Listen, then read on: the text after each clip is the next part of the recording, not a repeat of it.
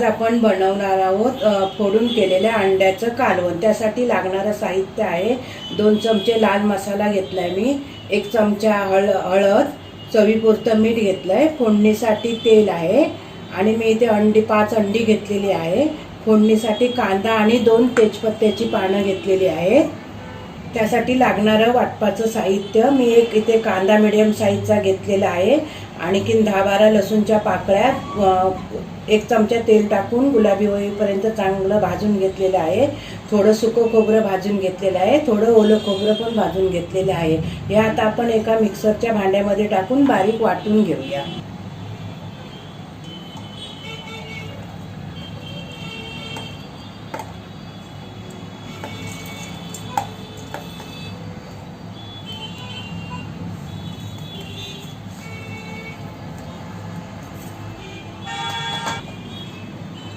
यात थोडं पाणी टाकून आपण हे बारीक वाटून घेऊया।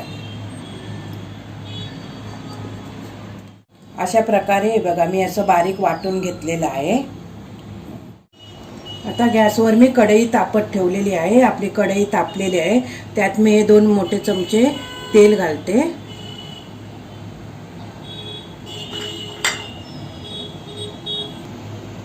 यात आपलं तेल गरम झालेलं आहे, त्यात मी फोडणीसाठी आता हे तेजपत्त्याची पानं, कांदा,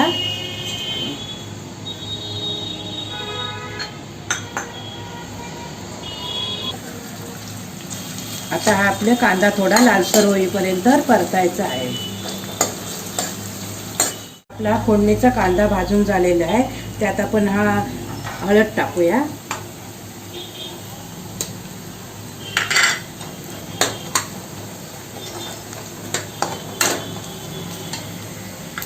आता आपण लाल मसाला टाकणार, हा पण परतून छान घ्यायचा आहे।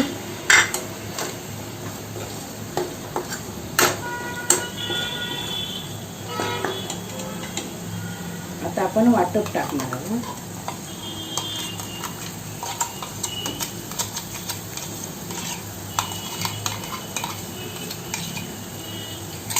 हे पण आपण थोडा 5 मिनिटं असं परतून घेऊया।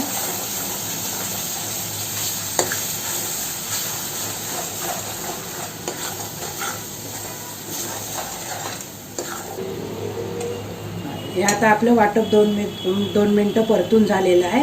आता मी इथे 1 ग्लास पाणी टाकणार आहे।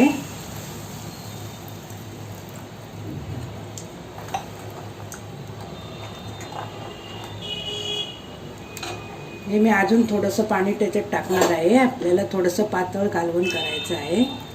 हे बघा, हे मी 1.5 ग्लास पाणी टाकलेलं आहे। ह्याला चांगली उकळी येऊ दे। आता आपण यात चवीपुरतं मीठ टाकूया।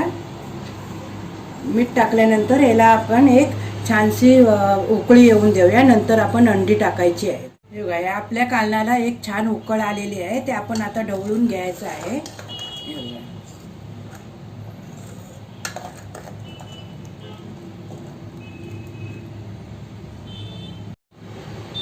एक मी अंड हे फोडून वाटीत घेतलेलं आहे, ते आपण असं व्यवस्थित टाकून घ्यायचं आहे। हे मी दुसरं पण अंड तुम्हाला टाकून दाखवते आहे। एका ठिकाणी टाकायचं नाही, थोडं अंतर ठेवून बाजूबाजूला आपण अंडी टाकायची आहेत।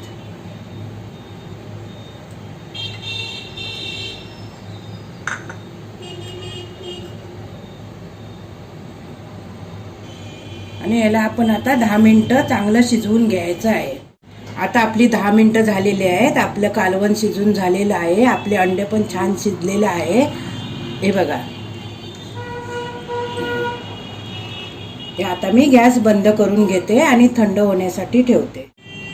तुम्हाला जर माझी ही रेसिपी आवडली असेल तर नक्की घरी करून पहा आणि कमेंट करायला विसरू नका। अशाच नवनवीन रेसिपीसाठी स्वाद भोजन विथ स्मिताला सबस्क्राईब करा आणि रेसिपीच्या नोटिफिकेशनसाठी बेल आयकॉन दाबायला विसरू नका।